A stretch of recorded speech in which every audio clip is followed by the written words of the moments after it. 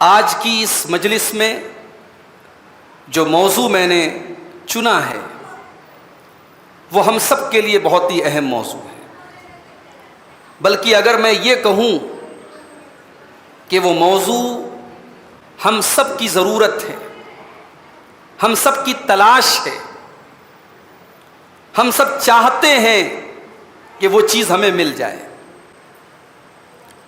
اور وہ چیز کیا ہے؟ خوشحال زندگی، ایک پیسفل لائف، ایک سکون والی زندگی، ایک ایسی زندگی جس زندگی میں ڈپریشن نہ ہو، جس زندگی میں آرام ہو، سکون ہو، دل کو اطمینان ہو۔ ایسی زندگی حاصل کیسے ہو؟ ظاہر ہے کہ یہ ایک ایسا موضوع ہے جو صرف ایک مسلمان کو اس کی ضرورت نہیں ہے، ایک غیر مسلم، ایک کافر، ایک مشرک بھی یہی چاہتا ہے کہ وہ پیسفل لائف گزارے۔ ایک آدمی محنت کرتا ہے، صبح سے لے کے شام تک کھٹتا ہے، ٹھیلے پر سامان بیچتا ہے۔ کیوں بیچتا ہے؟ اس سخت گرمی کے موسم میں دوپہر میں جب آپ اپنے گھر سے باہر نہیں نکلتے ہیں، وہ سبزی کا ٹھیلا لے کر کے، پھل کا ٹھیلا لے کر کے گلی گلی، محلے محلے کیوں جاتا ہے؟ اسی لیے جاتا ہے اس کے بچوں کو آرام مل جائے، اس کی فیملی ایک اچھی زندگی گزارے۔ تو یہ موضوع ایک ایسا موضوع ہے جو سب کے لیے کامن ہے۔ ہر انسان کی زندگی کا مقصد یہ ہے کہ ہمیں ایک پیسفل لائف، ایک خوشحال زندگی حاصل ہو جائے۔ آج کی تقریر میں میں قرآن و سنت کی روشنی میں، شریعت کی روشنی، 12 ایسے طریقے آپ کو بتاؤں گا، 12 ایسی چیزیں آپ کو بتاؤں گا کہ واقعی میں اگر ان 12 چیزوں کو ہم نے اپنا لیا تو ہماری زندگی ایک پیسفل لائف بن سکتی ہے، ہماری زندگی میں سکون آ سکتا ہے، ہماری زندگی میں خوشحالی آ سکتی ہے۔ اور ظاہر ہے یہ 12 باتیں جو میں بیان کروں گا یہ میرے دماغ کی اپج نہیں ہے، یہ میں اپنے دل سے بنا کے نہیں، یہ قرآن کی اور حدیث کی روشنی میں انشاءاللہ پیش کروں گا۔ میرے بھائیوں، قرآن کریم کا مطالعہ ہم کرتے ہیں، قرآن کریم کا 14واں پارہ کھولتے ہیں، سورۃ النحل میں اللہ تعالیٰ فرماتا ہے، من عمل صالحا من ذکر او انثی وہو مؤمن، جو بھی نیک عمل کرے گا اور وہ ایمان والا ہوگا، من ذکر او انثی، چاہے وہ مرد ہو چاہے وہ عورت ہو۔ غور کیجئے گا، عام طور سے اللہ تعالیٰ قرآن میں جب کوئی حکم دیتا ہے، کوئی بات کرتا ہے تو مرد کا ذکر الگ سے اور عورت کا ذکر الگ سے نہیں کرتا، اس لیے کہ شریعت کا ہر حکم اور شریعت کی ہر بات مردوں کے لیے بھی ہوتی ہے، عورتوں کے لیے بھی ہوتی ہے۔ جہاں کوئی ڈفرنس بیان کر دیا جائے اور جہاں یہ بتا دیا جائے کہ یہ حکم صرف مردوں کے لیے یا یہ حکم صرف عورتوں کے لیے، وہاں کا مسئلہ الگ ہے۔ ورنہ عام طور سے طریقہ یہی ہے، قرآن کہتا ہے نماز پڑھو، مردوں کو بھی پڑھنا ہے عورتوں کو بھی پڑھنا ہے۔ قرآن کہتا ہے زکوٰۃ ادا کرو، مردوں کو بھی دینا عورتوں کو بھی دینا ہے۔ قرآن کہتا ہے حج فرض ہے، مردوں کے اوپر بھی فرض، عورتوں کے اوپر بھی فرض ہے۔ قرآن کہتا ہے کتب علیکم الصیام، روزے فرض ہیں، مردوں کے اوپر بھی فرض ہے، عورتوں کے اوپر بھی فرض ہے۔ مگر یہاں اللہ تبارک و تعالی خاص طور سے مینشن کر رہا ہے، من عمل صالحا من ذکر او انثی، جو بھی نیک عمل کرے گا اور وہ ایمان والا ہوگا، من ذکر، چاہے وہ میل ہو، او انثی، چاہے وہ فیمیل ہو، وہ مرد ہو یا عورت ہو۔ یہ 2 کام اگر وہ کر لے، نیک عمل کر لے اور ایمان والا بن جائے، یہ 2 کام اگر کوئی مرد کر لے، کوئی عورت کر لے، اللہ فرماتا ہے فَلَنُحْيِيَنَّهُ حَيَاتًا طَيِّبَةً، ہم اسے ایک سکون والی زندگی عطا فرمائیں گے، اسے ایک لگزریس زندگی عطا فرمائیں گے، اسے ایک پیسفل زندگی ہم عطا فرمائیں گے، اسے پاکیزہ زندگی ہم عطا فرمائیں گے۔ وَلَنَجْزِيَنَّهُمْ أَجْرَهُمْ بِأَحْسَنِ مَا كَانُوا يَعْمَلُونَ، اور آخرت میں اس کے عمل کا پورا پورا بدلہ دیں گے۔ کیا بیٹا کچھ چاہیے؟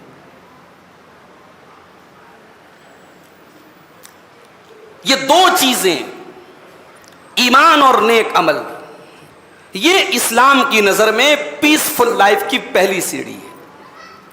اگر آپ کو ایک پرسکون زندگی گزارنا ہے، آپ کو اپنی زندگی میں ایمان لانا ہوگا، توحید لانی ہوگی۔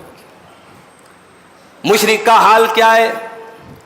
مشرک کا حال تو یہ ہے، آج اس در پہ پڑا ہے، کل اس در پہ پڑا ہے، آج اس کی عبادت کر رہا ہے، کل اس کی عبادت کر رہا ہے، آج اس کے قصیدے گا رہا ہے، کل اس کے قصیدے گا رہا ہے۔ موحد کا حال تو یہ ہے، وہ 5 ٹائم کی نماز میں، ہر نماز کی ہر رکعت میں ایک ہی اللہ کے گن گاتا ہے، الحمدللہ رب العالمین، ساری تعریفوں کے لائق بھی تو میرا اللہ ہے، میرا رب ہے جو ساری کائنات کا رب ہے، الرحمن الرحیم، جو بہت ہی مہربان اور بہت ہی رحم والا ہے، مالک یوم الدین، جو قیامت کے دن کا مالک ہے، ایاک نعبد و ایاک نستعین، اور اے اللہ ہم تیری ہی عبادت کرتے اور تجھ ہی سے مدد مانگتے ہیں۔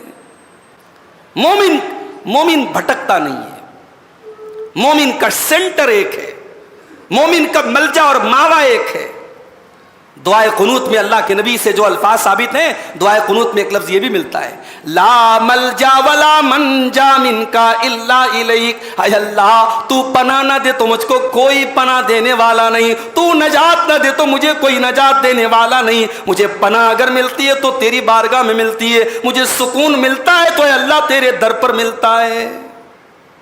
یہ پہلی چیز ہے میرے بھائی، توحید ہونی چاہیے، اور توحید ہے اور آپ کے اندر عمل نہیں ہے تو آپ کی مثال اور ہماری مثال اس پیڑ کی طرح ہے۔ پیڑ تو بڑا مضبوط ہے، پیڑ کے تنے تو بڑے مضبوط ہیں، پیڑ کی جڑیں تو بڑی مضبوط ہیں، مگر پیڑ کے اوپر پھل موجود نہیں ہے۔ میرے پیارے ساتھیوں، اگر ایمان جڑ کا نام ہے، اگر ایمان تنے کا نام ہے، اگر توحید اس پیڑ کی مضبوطی کا نام ہے، تو اس کے پھل جو ہیں وہ ہماری نیکیاں ہیں۔ جب تک اللہ فرماتا ہے من عمل صالحا، جب تک ہم نیک عمل نہ کریں گے، ہم اللہ کا وعدہ ہے ہم خوشحال زندگی ہم کو نہیں ملے گی۔ تو ایمان والا اور نیک عمل والا، یہ دو چیزیں جس کے اندر پائی جائیں گی، اللہ کہتا ہے اسے ہم خوشحال زندگی عطا فرمائیں گے۔ اللہ قرآن میں سورہ رعد میں فرماتا ہے الذین آمنوا وعملوا الصالحات، جو ایمان والے ہیں اور جو نیک عمل کرنے والے ہیں، طوبی لہم وحسن مآب، ان کو توبہ ملے گی اور ان کو بہترین ٹھکانہ ملے گا۔ یہ توبہ کس کو بولتے ہیں؟ توبہ کا مطلب ہوتا ہے برکت، توبہ کا مطلب ہوتا ہے پلیزر، خوشی۔ ان کو اللہ دنیا میں بھی خوشی دے گا، اور جنت کا بھی ایک نام توبہ ہے۔ اس لیے بچی پیدا ہو تو بچی کا نام توبہ رکھ سکتے، بہت پیارا نام ہے۔ یہ الٹے سیدھے جو نام رکھتے ہو نا انٹرنیٹ دیکھ کر کے، وہ سب نام مت رکھا کرو، بچی پیدا ہو توبہ نام رکھو۔ فالذین آمنوا وعملوا الصالحات، جو نیک عمل کریں، جو ایمان والے بن جائیں، طوبی لہم وحسن مآب، اللہ فرماتا ان کو توبہ ملے گی، ان کو جنت ملے گی اور بہترین ٹھکانہ ملے گا۔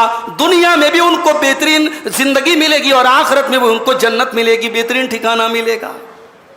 اور اگر ایمان سے ہٹ گئے تو ہو سکتا ہے کہ آپ کے پاس دولت بہت آ جائے، ہو سکتا ہے کہ آپ دنیا میں نام بہت کما لیں، مگر پیسفل لائف، پرسکون زندگی حاصل نہیں ہو سکتی۔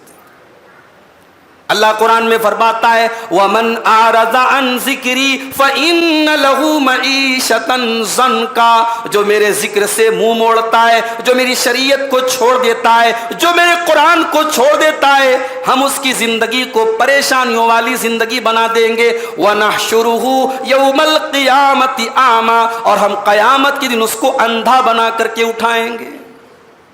بعض علماء نے کہا کہ زنکا، جو یہاں اللہ نے زنکا کہا، زنکا سے مراد قبر کے اندر اللہ تعالیٰ قبر کو تنگ کر دے گا۔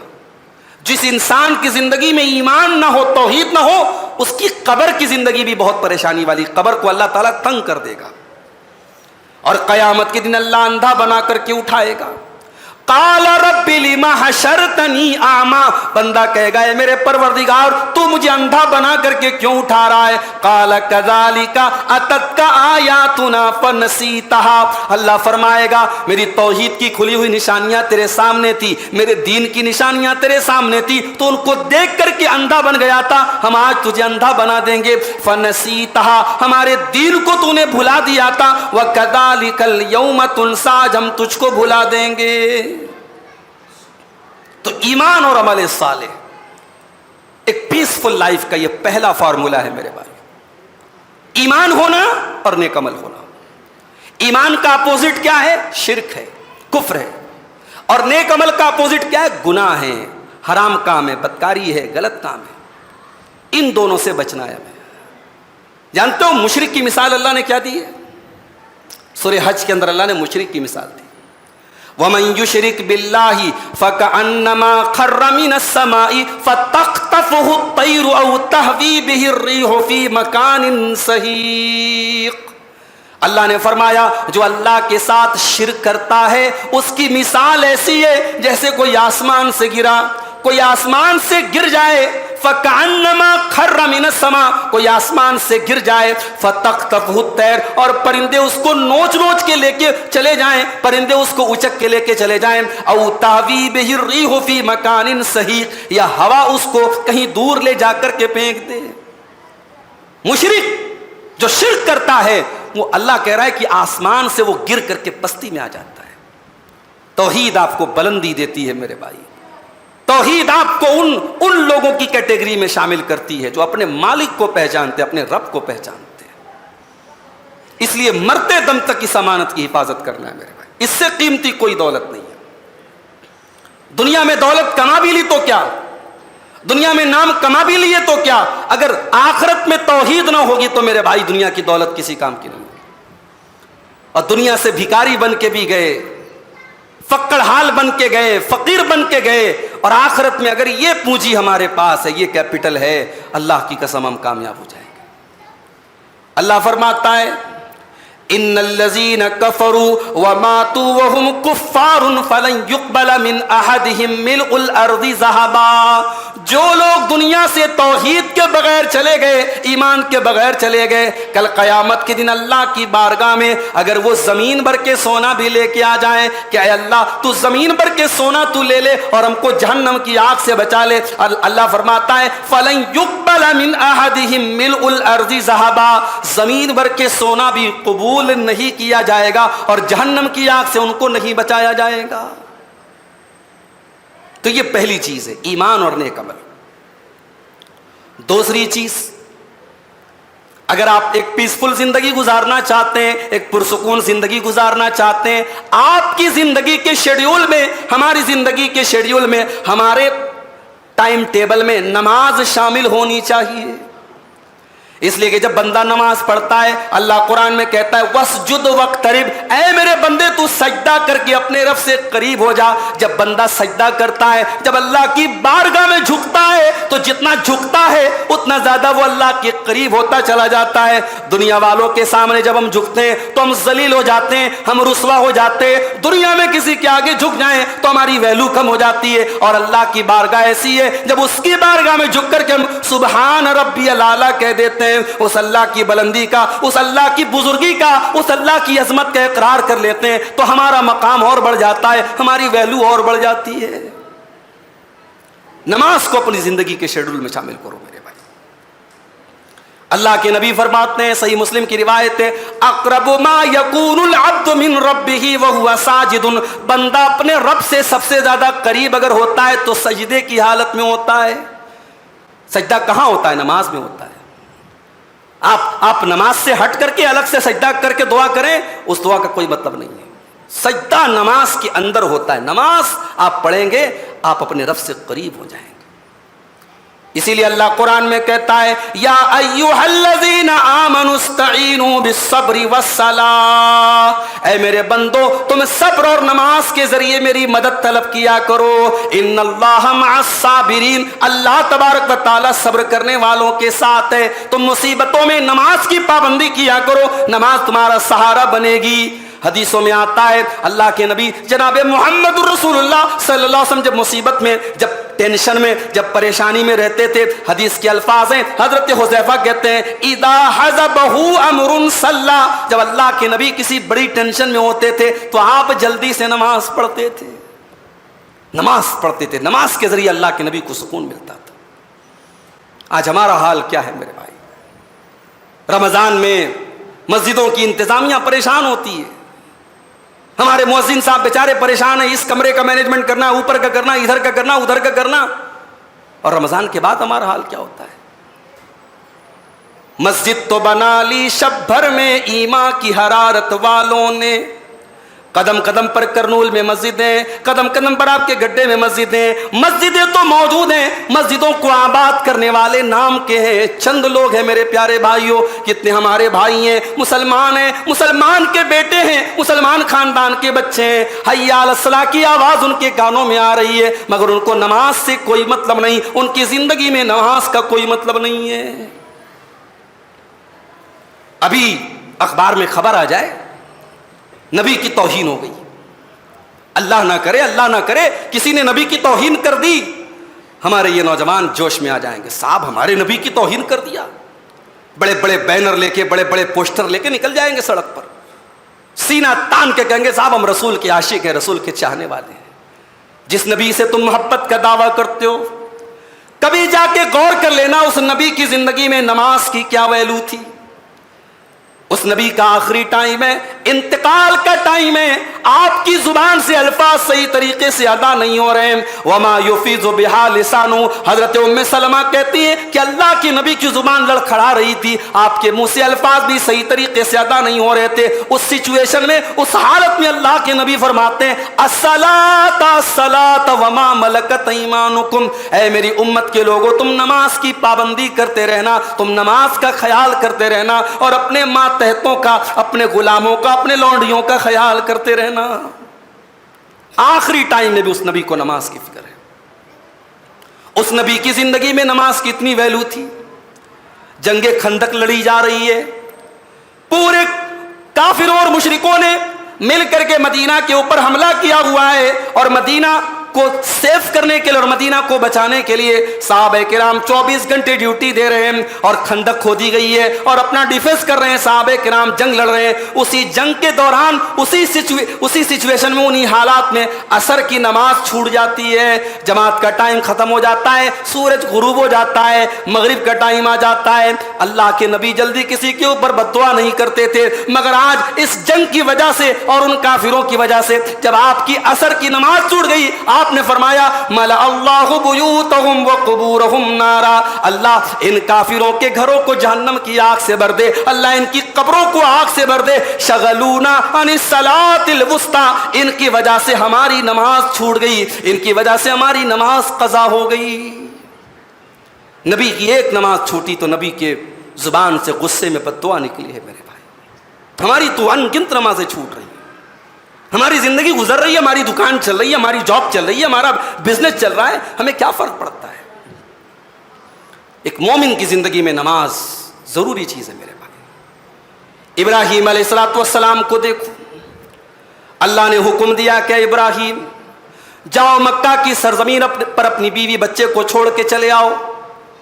مکہ وہ آج کا مکہ تو نہیں تھا جہاں کلاک ٹاور موجود ہو، جہاں بڑے بڑے ہوٹل موجود ہوں، یا زمزم کا کنواں موجود ہو۔ وہ مکہ تو ابراہیم علیہ السلام کے دور کا مکہ ہے، جہاں دور دور تک کوئی اناج کا دانہ بھی نہیں ہے، کوئی پانی کا قطرہ بھی نہیں ہے۔ تھوڑا سا آپ لوگ اور قریب آ جائیں نا، پیچھے والوں کو تھوڑا اور آسانی ہو جائے، ادھر والے بھی تھوڑا اور آگے آ جائے، قریب آ جائے۔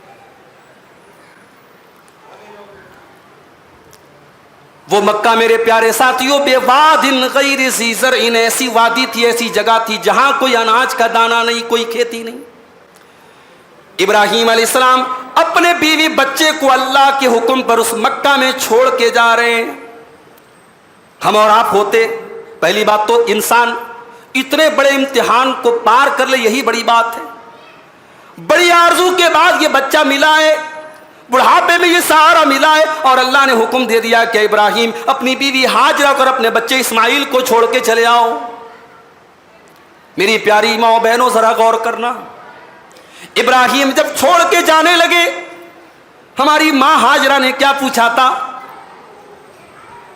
اتنا ہی پوچھا تھا، اِلیٰ مَن تَتْرُکُنَا، اے میرے شوہر آپ کس کے سہارے چھوڑ کے جا رہے؟ اس بیابان میں، اس صحرا میں، جہاں دور دور تک کوئی انسان نہیں، کوئی جانور نہیں، کوئی چرندہ نہیں، کوئی پرندہ نہیں، اے شوہر، اے میرے ابراہیم، اے میرے سرتاج، آپ کس کے سہارے مجھے چھوڑ کے جا رہے ہیں؟ ابراہیم نے کوئی جواب نہیں دیا۔ اما ہاجرہ نے پوچھا، اللہ امرک بہذا، اے میرے سرتاج، کہیں ایسا تو نہیں کہ اللہ کا آرڈر ہے، یہ اللہ کا حکم ہے؟ ابراہیم علیہ السلام نے سر ہلایا کہ ہاں یہ اللہ کا آرڈر ہے۔ لوگ کہتے کہ عورت بڑی کمزور ہوا کرتی ہے، لوگ کہتے کہ عورت بڑی جذباتی ہوتی ہے، عورت بڑی نازک ہوتی ہے۔ میں کہتا ہوں کہ عورت ایمان والی بن کے تو دکھائے، عورت اپنے ایمان کو مضبوط تو کر کے دکھائے۔ ہمیں تو عورت بڑی مضبوط نظر آتی ہے، ہم نے تو تاریخ میں جب بھی پڑھا تو سمیہ کے جیسی مضبوط عورتیں ہم کو ملتی ہیں، ہمیں مریم کے جیسی مضبوط عورتیں ملتی ہیں، اور ہمیں ہاجرہ کے جیسی مضبوط عورت ملتی ہے۔ جب اتنا سنا کہ یہ اللہ کا آرڈر ہے، یہ اللہ کا حکم ہے، ہاجرہ کے ماتھے پر کوئی بل نہ پڑا، ان کے سینے پر، ان کے دل میں کوئی ڈر نہ آیا، ان کے چہرے پر کوئی خوف نہ آیا، بڑے اطمینان سے جواب دیا، اذن لا یضیعن اللہ ابدا، اے میرے سرتاج، اگر اللہ کا آرڈر ہے آپ شوق سے چلے جائیں، اللہ ہم کو برباد نہیں کرے گا، اللہ ہم کو ختم نہیں کرے گا۔ اس کو کہتے ہیں بھروسہ اللہ کے ساتھ۔ ہم اور آپ تو ایک دن کے ایسی زندگی کے بارے میں، ایک دن کی زندگی کے بارے میں ہم تصور نہیں کر سکتے۔ اما ہاجرہ نے بڑے اطمینان سے جواب دیا، جائیے، اللہ ہمیں برباد نہیں کرے گا۔ ابراہیم علیہ السلام چھوڑ کے جا رہے ہیں، کچھ دور جاتے جب بیوی بچے نظر سے اوجھل ہو جاتے ہیں، ابراہیم علیہ السلام اللہ کی بارگاہ میں دعا کرتے ہیں، اور کیا کہتے ہیں؟ ہم اور آپ ہوتے تو کیا دعا کرتے؟ اے اللہ میری بیوی کی حفاظت فرمانا، اے اللہ میرے بچے کی حفاظت فرمانا، اے اللہ ان کی روزی روٹی کا انتظام کر دینا، اے اللہ ان کی زندگی میں کوئی پریشانی نہ آئے۔ ابراہیم نے کیا دعا کی؟ ربنا انی اسکنت من ذریتی بواد غیر ذی زرع عند بیتک المحرم، اے اللہ میں اپنی اولاد کو تیرے پاک گھر کے پاس چھوڑ کے جا رہا ہوں، تیرے حرمت والے اور احترام والے گھر کے پاس چھوڑ کے جا رہا ہوں۔ ربنا لیقیموا الصلاۃ، اے اللہ میری اولاد کو توفیق دینا کہ وہ یہاں نماز قائم کریں۔ نبیوں کی زندگی میں نماز یہ تھی میرے بھائی، ہماری زندگی میں نماز کہاں ہے؟ نماز کے بغیر آپ کی زندگی میں سکون نہیں آ سکتا میرے بھائی۔ کبھی قرآن میں نبیوں کے واقعات پڑھیے، سورہ مریم پڑھیے آپ، سورہ مریم، اس میں بہت سارے نبیوں کے واقعات ہیں۔ جب بھی اللہ کسی نبی کا ذکر کرتا ہے غور کیجئے گا، اس نبی کی زندگی میں نماز ضرور آتی ہے۔ وَاذْكُرْ فِي الْكِتَابِ إِسْمَاعِيلَ إِنَّهُ كَانَ صَادِقَ الْوَعْدِ وَكَانَ رَسُولًا نَبِيًّا، اور یاد کرو میرے بندے اسماعیل کو، وہ اللہ کا سچا نبی اور سچا رسول تھا۔ وَكَانَ يَأْمُرُ أَهْلَهُ بِالصَّلَاةِ، اور وہ اپنے گھر والوں کو نماز کا حکم دیا کرتا تھا۔ گھر والوں کو نماز کا حکم دینا یہ بھی نبیوں کی پہچان ہے میرے بھائی۔ اسی لیے اللہ کے نبی فرماتے ہیں جب تمہارے بچے 7 سال کے ہو جائیں ان کو نماز کا حکم دو، اور جب تمہارے بچے 10 سال کے ہو جائیں اور نماز نہ پڑھے تو ان کی پٹائی کرو۔ یہ تربیت بھائی 7 سال کے بچے پر نماز فرض تو نہیں ہے، 10 سال کے بچے کے اوپر بھی نماز فرض نہیں ہے، نابالغ ہے ابھی وہ بچہ، مگر اللہ کے نبی نے حکم دیا کہ بچے کو عادی بناؤ نماز کا۔ جو بچہ 7 سال سے لے کر کے 10 سال تک کنٹینیو 3 سال جاڑا گرمی برسات ہر موسم میں نماز پڑھے گا نا، جب وہ 15 سال کا 16 سال کا جوان ہو جائے گا تب آپ کو کہنا نہیں پڑے گا، وہ نماز کے لیے آٹومیٹک آ جائے گا مسجد۔ میری پیاری ماں بہنوں، آپ گھر میں جب مصلی بچھایا کریں، جب آپ نماز پڑھنے کے لیے کھڑی ہوا کریں، اپنی بچیوں کو بھی نماز میں شامل کر لیا کرو۔ یہ نبیوں کی پہچان ہے، یہ نبیوں کی بیویوں کی پہچان ہے کہ وہ اپنی فیملی کے اوپر بھی نظر رکھتی تھیں۔ اسی رمضان کے آخری عشرے کے بارے میں اماں عائشہ فرماتی ہیں جب رمضان کا آخری عشرہ آتا تھا اللہ کے پیارے نبی رات بھر خود بھی جاگتے تھے، وَأَيْقَظَ أَهْلَهُ، اور اپنے گھر والوں کو جگاتے تھے۔ کس لیے جاگتے تھے؟ نماز پڑھتے تھے، دعائیں کرتے تھے، تلاوت کرتے تھے، اللہ کا ذکر کرتے تھے۔ تو میرے بھائیوں، اگر خوشحال زندگی چاہیے تو اس میں نماز ضروری ہے، نماز کے بغیر ہم خوشحال زندگی نہیں گزار سکتے۔ تیسری چیز، اگر ہمیں خوشحال زندگی گزارنا چاہتے ہیں، تیسرا فارمولہ اللہ قرآن میں فرماتا ہے وَمَن يَتَّقِ اللَّهَ يَجْعَل لَّهُ مَخْرَجًا، جو اللہ سے ڈرے گا، جس کی زندگی میں اللہ کا تقویٰ ہوگا، يَجْعَل لَّهُ مَخْرَجًا، اللہ ضرور اس کے لیے کوئی نہ کوئی راستہ نکالے گا، وَيَرْزُقْهُ مِنْ حَيْثُ لَا يَحْتَسِبُ، اللہ وہاں سے روزی دے گا جہاں سے وہ سوچ بھی نہیں سکتا۔ روزی کا مالک تو اللہ ہے نا میرے بھائی۔ آپ حرام طریقہ اپنا کر کے روزی کمانے کے چکر میں پڑیں گے تو آپ کے مقدر سے زیادہ روزی تھوڑی مل جائے گی، لیکن اگر آپ کی زندگی میں اللہ کا ڈر ہوگا، اللہ کا تقویٰ ہوگا، اللہ کا وعدہ ہے ہم ضرور کوئی نہ کوئی راستہ نکالیں گے، اس کو ہم روزی دیں گے۔ تو یہ تیسری چیز ہے، تقویٰ ہونا چاہیے۔ اب تقویٰ کس کو کہتے ہیں؟ تقویٰ کی بڑی اچھی ڈیفینیشن حضرت ابی بن کعب نے کی ہے۔ ایک مرتبہ حضرت عمر فاروق نے ان سے پوچھا تھا کہ اے ابی بن کعب بتاؤ تقویٰ کس کو کہتے ہیں؟ صحابہ کرام ایک دوسرے سے بھی ڈسکشن کرتے تھے اس طریقے کے میٹرز پر۔ ابی بن کعب بھی بڑے صحابی ہیں، حضرت عمر تو بہرحال صحابہ میں ان کا بڑا مقام ہے، دوسرے نمبر پہ ہیں۔ حضرت عمر نے پوچھا ابی بن کعب سے کہ ابی بن کعب تقویٰ کس کو کہتے ہیں؟ حضرت ابی بن کعب نے فرمایا کہ امیر المومنین حل مررت بطریق ذات شوکا، اے امیر المومنین کیا آپ کا گزر ایسے راستے سے ہوا ہے جس میں دونوں طرف کانٹے دار جھاڑیاں ہوں؟ کہا کہ ہاں ہوا ہے۔ کہا اگر دونوں طرف کانٹے دار جھاڑیاں ہوں اور راستہ تنگ ہو، اے امیر المومنین ایسے راستے پہ کیسے گزریں گے آپ؟ حضرت عمر نے فرمایا اوشمر ثیابی، میں اپنے کپڑوں کو سمیٹ لوں گا، اپنے کپڑوں کو سمیٹ کر کے اپنے آپ کو بچا بچا کے نکلوں گا، کیونکہ کانٹے دار جھاڑیوں میں پھنس جاؤں گا تو میں راستہ چل نہیں سکتا، اس لیے اپنے کپڑوں کو سمیٹ لوں گا۔ فرمایا کہ اے امیر المومنین اسی کا نام تقویٰ ہے۔ آپ زندگی کے راستے پہ چل رہے ہیں اور ہر طرف شیطان کے بچھائے ہوئے کانٹے آپ کے راستے میں ملیں گے، خواہشات کے کانٹے آپ کے راستے میں ملیں گے، گناہوں کے کانٹے آپ کے راستے میں ملیں گے۔ اپنے دامن کو انہی کانٹوں سے بچانے کا نام تقویٰ ہے میرے پیارے بھائیوں۔ اب تقویٰ کا ایک بڑا آسان سا ٹرانسلیشن ہے پرہیزگاری۔ پرہیز سمجھتے ہیں؟ پرہیز، شوگر کا مریض ہے، اس کو میٹھا بہت پسند ہے، مگر ڈاکٹر کو دکھایا، ڈاکٹر نے کہا صاحب اگر آپ کو زندگی پیاری ہے تو میٹھا چھوڑ دیجیے۔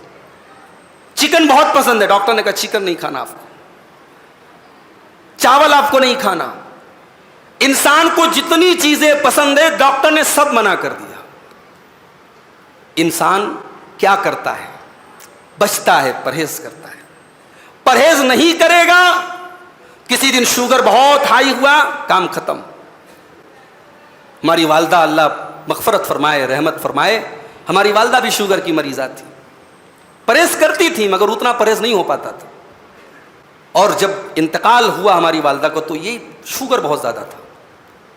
جب تک ہم لوگ ڈاکٹر کے پاس پہنچے تو انتقال ہو چکا تھا۔ ڈاکٹر نے جب اس میں شوگر چیک کیا تو 500 کے پار تھا شوگر۔ پرہیز، انسان اپنی صحت بچانے کے لیے پرہیز کرتا ہے، اپنی زندگی بچانے کے لیے پرہیز کرتا ہے۔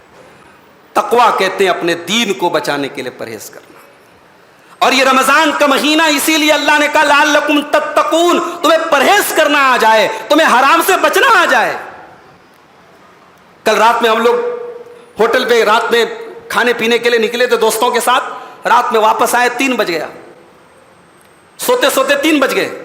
صبح فجر کی اذان کے پہلے ہماری اہلیہ نے اٹھایا، اٹھیے، نیند بہت تگڑی لگی تھی، رات بھر جگے ہوئے تھے ہم لوگ، سویا تو ایسا سویا نیند ہی نہیں کھول رہی تھی، وہ ستار بھائی کی اذان کی آواز آئی تب جا کے نیند کھلی۔ ایک گھٹ پانی بھی نہیں پی سکا میں سحری میں، روزہ ہمارا لمبا ہو گیا۔ اب کیا کریں گے صاحب، اذان تو ہو گئی، اب تو کچھ کھا نہیں سکتے، کچھ پی نہیں سکتے، ایسے ہی 14.5-15 گھنٹے کا روزہ 2 گھنٹہ اور اس میں جوڑ لو۔ 3 بجے سے میں نے کچھ نہیں کھایا، لیکن روزہ تو رکھنا ہے۔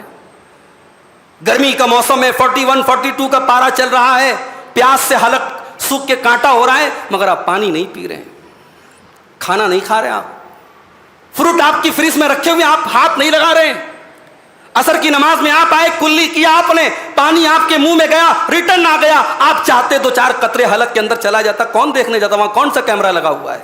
کوئی کیمرہ نہیں لگا ہے، کوئی دیکھنے والا نہیں ہے۔ لیکن وہ اللہ کا تقویٰ ہے میرے بھائی، جو آپ کو اس پیاس کی کو برداشت کرنے پر مجبور کرتا ہے۔ اسی لیے اللہ قرآن میں کہتا ہے کتب علیکم الصیام کما کتب علی الذین من قبلکم لعلکم تتقون. اے ایمان والو، یہ رمضان کے روزے اسی لیے تمہارے اوپر فرض کیے گئے تاکہ تمہارے اندر تقوی پیدا ہو جائے، تم حلال سے بچتے حرام سے بچنے کی ٹریننگ تم کو آ جائے. جب تم 15 گھنٹے بھوکے رہ سکتے ہو، پیاسے رہ سکتے ہو، کھانا چھوڑ سکتے ہو، پانی چھوڑ سکتے ہو، بیوی کے قریب جانا چھوڑ سکتے ہو، جب تم اپنی حلال شہوتوں کو چھوڑ سکتے ہو تو حرام خواہشوں کو کیوں نہیں چھوڑ سکتے؟ تقوی اسی کا نام ہے میرے بھائی. حرام سے بچنا، حرام سے پرہیز کرنا، دیٹ از کالڈ تقوی. اسی کا نام تقوی ہے. اور اللہ کہہ رہا ہے تقوی پیدا کر لو، ہم خوشحال زندگی عطا فرمائیں گے. اللہ قرآن میں دوسرے مقام پر فرماتا ہے وَلَوْ أَنَّ أَهْلَ الْقُرَىٰ آمَنُوا وَاتَّقَوْا لَفَتَحْنَا عَلَيْهِمْ بَرَكَاتٍ مِّنَ السَّمَاءِ وَالْأَرْضِ. اے میرے بندو، اگر تم ایمان والے بن جاؤ، تم تقوی والے بن جاؤ، تم اللہ سے ڈرنے والے بن جاؤ، تم آسمانوں اور زمین کی برکتوں کے دروازے تمہارے اوپر کھول دیں گے. اتنی برکتیں دے دیں گے تم شمار نہیں کر سکتے، تم گن نہیں سکتے. برکت نہیں کہا اللہ نے کہا برکتیں دیں گے. برکات. اور کون سی برکت؟ آسمان کی برکت. ساری برکتیں. وہ لوگ کہتے ہیں نا دینے والا جب بھی دیتا ہے چھپر پھاڑ کے دیتا ہے. اللہ کہتا ہم چھپر پھاڑ کے دیں گے. تو تقوی والا تو بن، تو متقی تو بن، تو پرہیزگار تو بن. تو یہ تیسرا فارمولا ہے میرے بھائیو، تقوی پیدا کرو. آج سوسائٹی میں اگر کسی چیز کا کولیپس ہے، کسی چیز کی کمی ہے، کسی چیز میں ہم ڈاؤن ہوئے تو تقوی میں ڈاؤن ہوئے. تقوی کمزور ہو گیا ہے. حضرت انس بن مالک اللہ کے نبی کے بڑے مشہور صحابی. حضرت انس تمام صحابہ میں سب سے لمبی عمر پانے والے صحابی. 90 سال کی عمر میں ان کا انتقال ہوا تھا.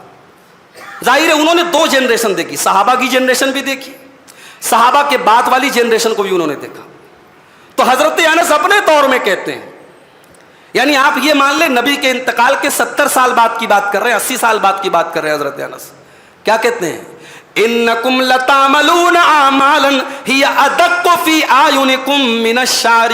او لوگو، تم کچھ عمل ایسا کرتے ہو جو تمہاری نظر میں بال سے بھی زیادہ باریک ہے، تمہاری نظر میں بڑا ہلکا ہے، بڑا معمولی ہے، بڑا سمپل ہے. وَإِن كُنَّا لَنَعُدُّهَا عَلَىٰ عَهْدِ النَّبِيِّ صلی اللہ علیہ وسلم من الْمُوبِقَاتِ. جبکہ نبی کے زندگی میں، نبی کی حیات میں ہم ان عمل کو، ان کاموں کو ہلاک کر دینے والا مانتے تھے، اس کو بہت بڑا گناہ مانتے تھے، لیکن آج تم اس کو بال سے بھی زیادہ باریک سمجھتے ہو. یعنی حضرت انس اپنے دور میں بتا رہے کہ تقوی کا معیار اتنا گر چکا ہے کہ جو کام نبی کے دور میں ہلاک کر دینے والا مانا جاتا تھا، وہ کہہ رہے کہ آج کے دور میں سمپل ہو گیا ہے. اور آج ہم 1445 ہجری میں اور عیسوی کیلنڈر کے حساب سے 2024 میں ہم جی رہے ہیں. آج ہمارے معیار، ہمارے سوسائٹی کا اسٹینڈرڈ کیا ہے تقوی کا میرے بھائیو، ہم محسوس کر سکتے ہیں. تقوی کہاں ہے میرے بھائی؟ ابھی شیخ سدیس کا بیان آیا تھا، وہاں عمرہ ہو رہا ہے، ہر طرف کیمرے فونز کیمرے، یا طواف اور عمرہ کی روحانیت ختم ہو گئی. بڑے بڑے پروفیشنل کیمرے لگا کر کے لوگ اپنے ایک ایکٹیویٹی کو، عمرہ کو، سعی کو، طواف کو ریکارڈ کر رہے ہیں. تقوی کہاں ہے میرے بھائی؟ تو یہ تیسری چیز ہے، تقوی اپنے اندر ہم پیدا کریں. تقوی کے بغیر ایک پیسفل لائف ہم نہیں پا سکتے میرے بھائی. چوتھی چیز، ہم سب گنہگار ہیں، اور ہم یہ بھی جانتے ہیں کہ ہمارے اوپر جو مصیبتیں آتی ہیں عام طور سے وہ مصیبتیں ہمارے گناہوں کی وجہ سے آتی ہیں. اللہ قرآن میں کہتا ہے وَمَا أَصَابَكُم مِّن مُّصِيبَةٍ فَبِمَا كَسَبَتْ أَيْدِيكُمْ. میرے بندو، جو بھی مصیبتیں تمہارے اوپر آتی ہیں وہ تمہارے اپنے کرتوتوں کا نتیجہ ہوتی ہیں، تمہارے گناہوں کی سزا ہوتی ہے. اس لیے اگر ہم ایک پرسکون زندگی گزارنا چاہتے ہیں تو زیادہ سے زیادہ توبہ کریں، استغفار کریں. کون سی توبہ؟ شام کو توبہ کر لیا، صبح کو توبہ توڑ دیا، وہ والی توبہ. بعض لوگ کیا ہے نا، توبہ کو بھی مذاق بنا کے رکھے. رمضان آیا، رات میں ماشاءاللہ گڑ گڑا کے دعا کر رہے ہیں، رمضان میں پہلی صف میں بیٹھ رہے ہیں، تاک راتوں میں جاگ رہے ہیں، اور رمضان ختم ہوتے ہی سارا تقوی، ساری دینداری ایسے غائب جیسے گدھے کے سر سے سینگ غائب. جو مسجد میں پہلی صف میں نظر آتا تھا آج جو ہے وہ فلم دیکھنے کے لیے پہلی لائن میں جا کے کھڑا ہو گیا. اس کا نام توبہ نہیں ہے میرے بھائی. اللہ کہتا ہے یا ایھا الذین آمنوا توبوا الی اللہ توبۃ نصوحا، اے ایمان والو اللہ سے جب توبہ کرو تو سچی توبہ کرو، توبہ نصوح کرو، ایسی توبہ کرو جس توبہ کے بعد گناہوں سے بچنے کا پکا ارادہ ہو جائے، دوبارہ وہ گناہ نہ کرنے کا پکا عزم ہو جائے، اس کو کہتے سچی توبہ۔ اور توبہ اور استغفار اگر آپ کریں گے میرے پیارے ساتھیوں تو قرآن کے 29ویں پارے کی وہ آیت آپ یاد رکھیے۔ حضرت نوح علیہ السلام اپنی قوم سے کیا کہتے ہیں؟ فَقُلْتُ اسْتَغْفِرُوا رَبَّكُمْ إِنَّهُ كَانَ غَفَّارًا، کہتے ہیں کہ اے میری قوم کے لوگوں اپنے رب سے مغفرت طلب کرو، اپنے رب سے توبہ کرو، اپنے رب سے اپنے گناہوں کی معافی مانگو۔ إِنَّهُ كَانَ غَفَّارًا، وہ بہت بخشنے والا، وہ بہت مہربان ہے، بہت رحم کرنے والا ہے۔ يُرْسِلِ السَّمَاءَ عَلَيْكُمْ مِدْرَارًا، وہ تمہارے اوپر موسلا دھار بارش نازل فرمائے گا۔ وَيُمْدِدْكُمْ بِأَمْوَالٍ، تمہیں مال بھی دے گا، وَيُمْدِدْكُمْ بِأَمْوَالٍ وَبَنِينَ، اولاد بھی دے گا، وَيَجْعَلْ لَكُمْ جَنَّاتٍ، تمہیں باغات بھی دے گا، وَيَجْعَلْ لَكُمْ أَنْهَارًا، تمہیں نہریں بھی دے گا۔ وہ دنیا جہان کی ساری دولتیں تم کو دے گا، شرط یہ تم توبہ کیا کرو، تم استغفار کیا کرو۔ اپنی زندگی میں توبہ اور استغفار کو میرے بھائی لازم پکڑ لو۔ اللہ کے نبی اپنے بارے میں کہتے ہیں میں دن رات میں 70 مرتبہ اللہ سے، اور بعض روایات میں کہ 100 مرتبہ اللہ سے استغفار کرتا ہوں۔ استغفر اللہ، استغفر اللہ، یہ آپ کا وظیفہ بن جائے، آپ کی زندگی کا شعار بن جائے، آپ کی زندگی کا نعرہ بن جائے، سلوگن بن جائے کہ بھئی ہم گنہگار ہیں، ہمیں ہر وقت استغفار کی ضرورت ہے۔ توبہ اور استغفار کرنے سے بھی آپ کی زندگی میں سکون آئے گا میرے بھائی۔ اور آگے بڑھیے، 5ویں چیز، اگر آپ ایک پرسکون زندگی گزارنا چاہتے ہیں، ایک پیسفل لائف اگر آپ گزارنا چاہتے ہیں، 5ویں چیز کیا ہے میرے بھائیوں؟ اللہ سے کثرت سے دعا کیا کرو۔ جب بھی زندگی میں محسوس ہو مجھے اس چیز کی ضرورت ہے، اللہ کے سامنے ہاتھ پھیلا دو، اللہ سے دعا کرنے کے معاملے میں کبھی سنکوچ نہ کرو۔ دنیا والوں سے بار بار مانگو گے دنیا والے ناراض ہو جائیں گے، اللہ سے بار بار مانگو گے اللہ اور خوش ہو جائے گا۔ اللہ کے نبی فرماتے ہیں ان اللہ حی کریم، اللہ تعالی حیا والا ہے اور اللہ تعالی کرم والا ہے۔ یہاں ایک بات سمجھ لیجیے، اللہ تعالی حیا والا ہے، مگر اللہ کی حیا ویسی نہیں جیسی ہماری حیا ہے۔ ہماری حیا کبھی کبھی ہماری کمزوری بن جاتی ہے، ہمیں اپنا کوئی جائز کام بھی ہوتا ہے یا کسی سے کوئی جائز چیز بھی مانگنی ہو تو ہمیں شرم آتی ہے یار کیسے بولے، تو حیا انسان کی کمزوری بھی بن جاتی ہے کبھی کبھی۔ لیکن اللہ تعالیٰ حیا والا ہے، اللہ کی حیا کوئی اس کی کمزوری نہیں ہے میرے بھائی۔ اللہ کی حیا کیسی ہے؟ اس کی شان کے لائق ہے۔ جیسے اللہ کی شان بڑی ہے، اللہ کی ذات بڑی ہے، اللہ کی حیا بھی بڑی ہے۔ اللہ حیا والا ہے، اللہ کرم والا ہے، اور جب بندہ اللہ کی بارگاہ میں ہاتھ پھیلاتا ہے، اللہ کے نبی فرماتے ہیں اللہ کو حیا آتی ہے بندے کو خالی ہاتھ کیسے لوٹاؤں۔ اللہ اکبر۔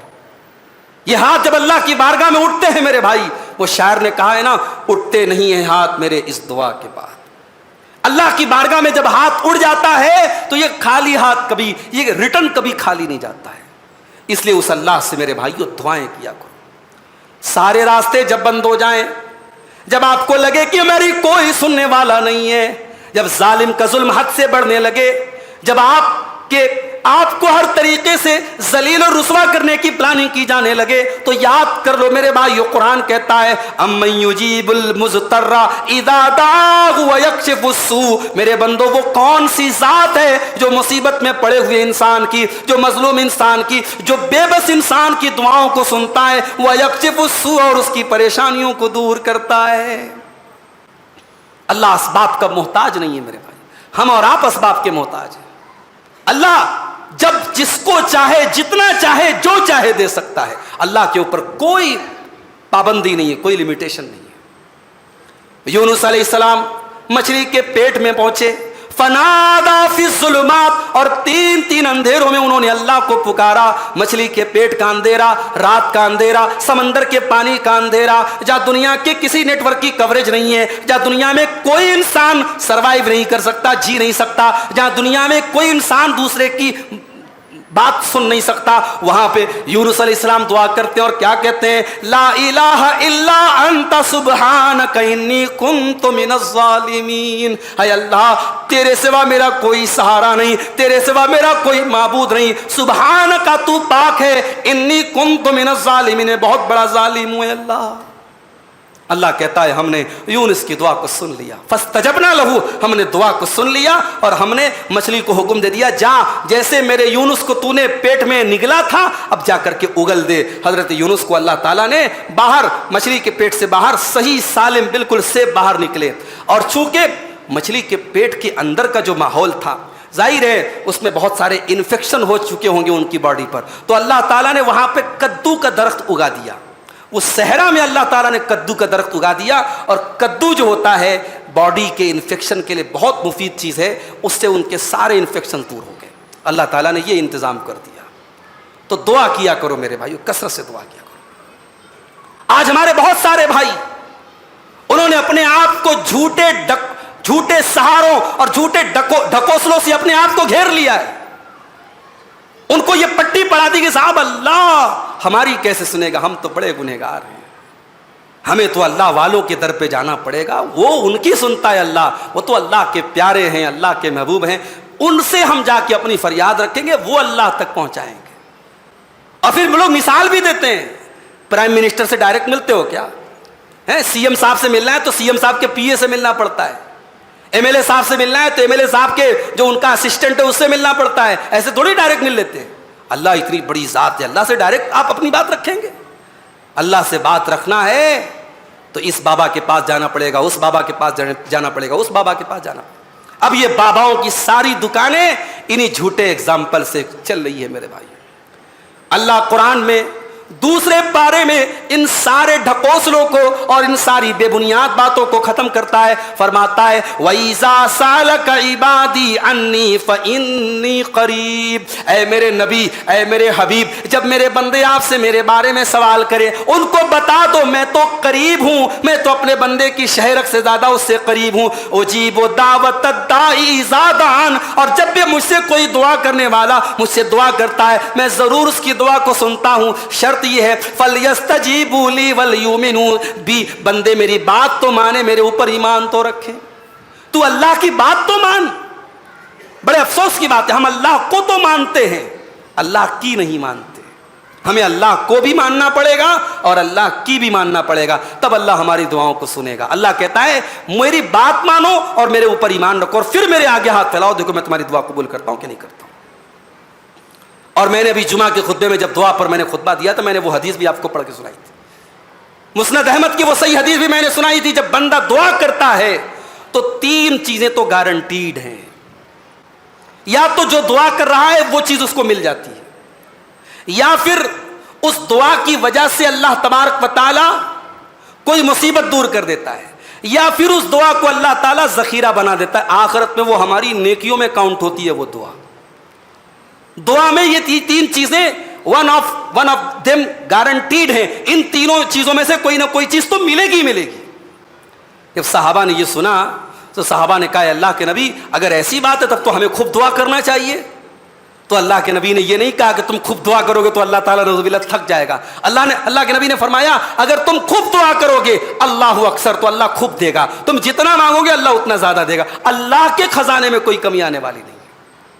حدیث قدسی کے وہ الفاظ یاد کرو میرے بھائیوں, جس حدیث میں اللہ کے نبی کہتے ہیں کہ اللہ تعالیٰ کہتا ہے کہ اے آدم کے بیٹو تم سب کے سب مل کر جتنے انسان آدم علیہ السلام سے لے کر آج تک اور قیامت تک پیدا ہونے والے ہیں سب کسی میدان میں اکٹھا ہو جائیں اور سب مجھ سے مل کے دعا کرے اور سب کی دعا کو میں قبول کر لوں, تب بھی میرے خزانے میں کوئی کمی آنے والی نہیں ہے سوائے اتنی جتنی ایک سوئی کو اگر سمندر میں ڈال کر کے واپس نکالا جائے تو سوئی کے ساتھ جتنا پانی نکلے گا سمجھو اللہ کے خزانے میں اتنی بھی کمی آنے والی نہیں ہے.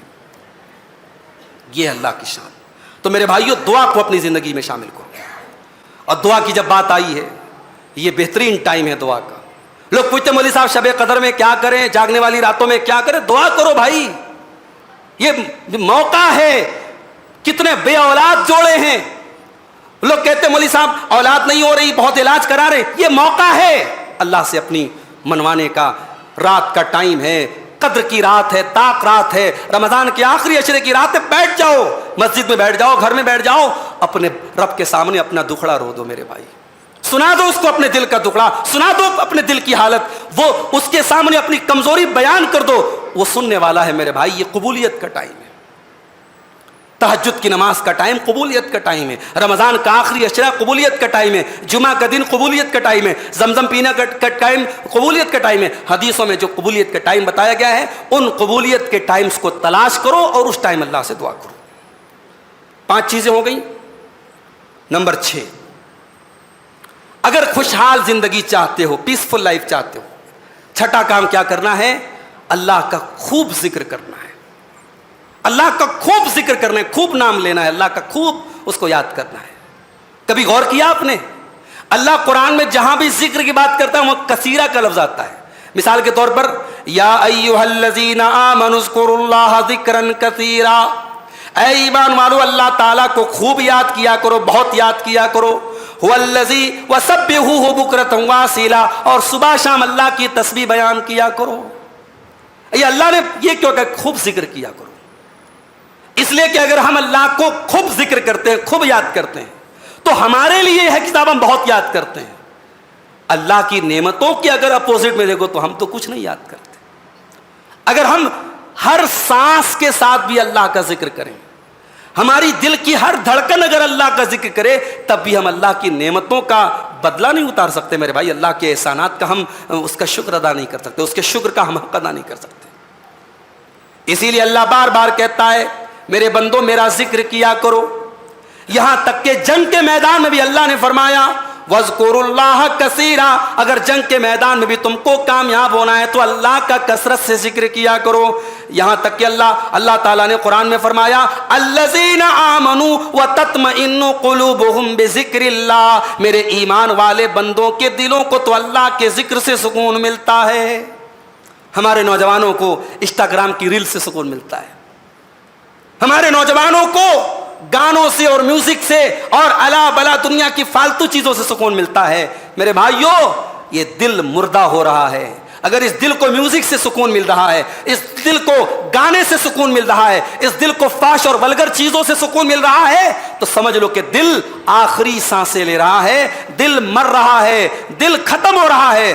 دل میں دوبارہ جان پھونکنی ہے تو دل کو عادی بناؤ اللہ کے ذکر کی. اللہ نے فرمایا کہ الا بذکر اللہ تطمئن القلوب، میرے بندو ایمان والوں کے دلوں کو تو اللہ کے ذکر سے سکون ملتا ہے.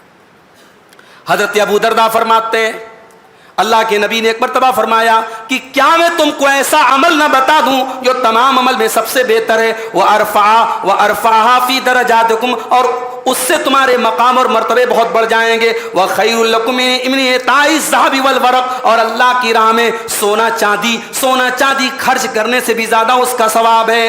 اپنے دشمن سے تم جب جنگ کرتے ہو اور دشمن کو قتل کرتے ہو، جنگ کے میدان میں جب تم جہاد کرتے ہو، اس سے بھی بہتر ایک عمل ہے. صحابہ نے کہا اللہ کے رسول ایسا کون سا عمل ہے؟ اللہ کے نبی نے فرمایا ذکر اللہ عز وجل، اللہ کو کثرت سے یاد کیا کرو. میرے بھائیو اللہ کی شان تو وہ ہے کہ کائنات کی ہر چیز اللہ کا ذکر کر رہی ہے. تسبح لہ السماوات السبع والارض، ساتوں آسمان اور زمین اس کی تسبیح بیان کر رہے ہیں. ومن فیہن، آسمانوں اور زمین کے اندر جتنی مخلوقات ہیں سب اللہ کی تسبیح بیان کر رہی ہیں. وَإِن مِّن شَيْءٍ إِلَّا يُسَبِّحُ بِحَمْدِهِ، ہر چیز اللہ کی حمد و ثنا بیان کر رہی ہے. وَلَٰكِن لَّا تَفْقَهُونَ تَسْبِيحَهُمْ، لیکن تم ان کی تسبیح کو سمجھ نہیں سکتے. ہر جانور، ہر حیوان، ہر کیڑا، ہر مکوڑا، ہر پھول، ہر پتا، ہر ڈالی اللہ کی تسبیح بیان کر رہی ہے. یہ الگ بات ہے، ہم محسوس نہیں کر سکتے، ہم اس کو دیکھ نہیں سکتے، لیکن جب کائنات کی بے جان چیزیں بھی اللہ کی تسبیح کر رہی ہے تو ہم تو جان والے ہیں، ہم تو شعور والے ہیں، ہم تو ایمان والے ہیں.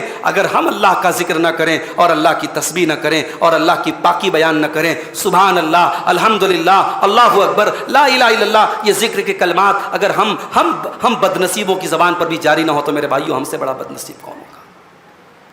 قیامت کے دن جب ہمیں نیکیوں کی ضرورت پڑے گی، قیامت کے دن اللہ کے میزان پر نیکیوں کی جب ہمیں ضرورت پڑے گی، اللہ کی قسم یہ زبان سے جو ہم نے 1 سیکنڈ لگا الحمدللہ کہنے میں، 1 سیکنڈ لگا سبحان اللہ کہنے میں، 1 سیکنڈ لگا لا حول ولا قوت الا باللہ کہنے میں، یہ کلمات قیامت کے دن ہمارے بڑے کام آئیں گے۔ اللہ کے نبی فرماتے ہیں کہ الحمدللہ سبحان اللہ یہ سب اللہ کے میزان کو بھر دیں گے، یہ بڑے وزنی ہوں گے، بڑے بھاری ہوں گے۔ اور آپ تو ماشاءاللہ اپنے آپ کو ہم لوگ اہل حدیث بولتے ہیں، حدیث کی سب سے اوتھینٹک کتاب ہے صحیح بخاری۔ صحیح بخاری کی آخری حدیث یاد ہے آپ کو؟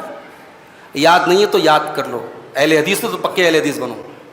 بخاری شریف کی آخری حدیث یاد کر لو، اللہ کے نبی فرماتے ہیں کلمتان خفیفتان علی اللسان ثقیلتان فی المیزان سبحان اللہ وبحمدہ سبحان اللہ العظیم۔ 2 کلمے ایسے ہیں جو زبان پر بڑے ہلکے ہیں اور اللہ کے ترازو پر بڑے بھاری ہوں گے۔ کون سے 2 کلمے ہیں؟ سبحان اللہ وبحمدہ سبحان اللہ العظیم۔ تو یہ 2 کلمے ہیں، بڑے آسان، بڑے ہلکے ہیں، مگر قیامت کے دن بڑے بھاری ہوں گے میرے بھائیوں اللہ کے میزان عمل پر۔ تو ہم اپنی زبانوں کو اللہ کے ذکر سے تر رکھیں۔ 6 چیزیں ہو گئیں۔ 7ویں چیز، ایک خوشحال زندگی گزارنے کا 7واں فارمولہ، اللہ کا شکر ادا کیا کرو میرے بھائی۔ اگر میں بولوں کہ حدیث میں آتا ہے کہ عورتیں بڑی ناشکری ہوتی ہیں، وہ بات اپنی جگہ صحیح ہے، مگر آج ہمارے مرد حضرات بھی کچھ کم ناشکرے نہیں ہیں تو غلط نہیں ہوگا۔ دکان بہت اچھی چل رہی ہے، کاروبار بہت اچھا چل رہا ہے، پوچھو ارے بھائی کیسا کام چل رہا ہے؟ ارے کیا بتائیں، کورونا کے بعد سے حالت خراب ہے، وہاں فلسطین میں لوگ بھوکے مر رہے ہیں، افطار کے ٹائم ان کے پاس کھانے کو کھجور تو چھوڑو پانی نہیں ہے، ان کو کھانے پینے کی چیزیں جب بانٹی جاتی، ویڈیو جا کے دیکھو، ایسی لوگوں کی لائن لگتی ہے۔ اللہ کی پناہ، تجھے آرام سے گھر میں بیٹھ کے فروٹ مل رہا ہے، تیرے بچے سکون سے کھا رہے ہیں اور تو ناشکری کر رہا ہے۔ ناشکری کبھی مت کرو میرے بھائی۔ لئن شکرتم لازیدنکم، اگر تم میرا شکریہ ادا کرو گے ہم تمہیں اور دیں گے، ولئن کفرتم، اور اگر تم میری ناشکری کرو گے، ان عذابی لشدید، تو میرا عذاب بڑا دردناک ہے۔ شکر ادا کیا کرو میرے بھائی۔ اور اگر آپ کو کبھی لگے کہ آپ بہت پریشان ہیں، روزی روٹی کے بڑے لالے ہیں، تو کبھی جاؤ کسی کینسر ہاسپٹل میں چلے جانا، کسی کینسر ہاسپٹل میں جا کے دیکھو لوگ کیسا تڑپ تڑپ کے مرتے ہیں وہاں۔ کبھی ممبئی کے سیفی ہاسپٹل میں جا کے دیکھو کہ بنارس سے، مئو سے، یو پی سے، بنگال سے، بہار سے اپنے مریضوں کو لوگ لے جا کر کے وہاں کتنی مجبوری میں علاج کرانے کے لیے لاکھوں روپئے گھر مکان زمین بیچ کر کے لوگ علاج کراتے ہیں۔ ان مجبوروں کی مجبوری دیکھ کر کے آپ کو احساس ہوگا یار میں تو بہت آرام سے رہ رہا ہوں۔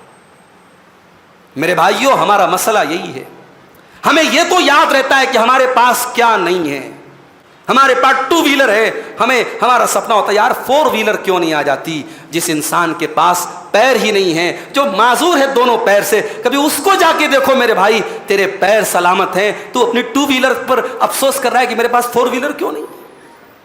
شکر کرنا سیکھو میرے بھائی۔ اور اسی لیے اللہ کے نبی نے شکر کرنے کا ایک فارمولہ ہم کو کیا بتایا؟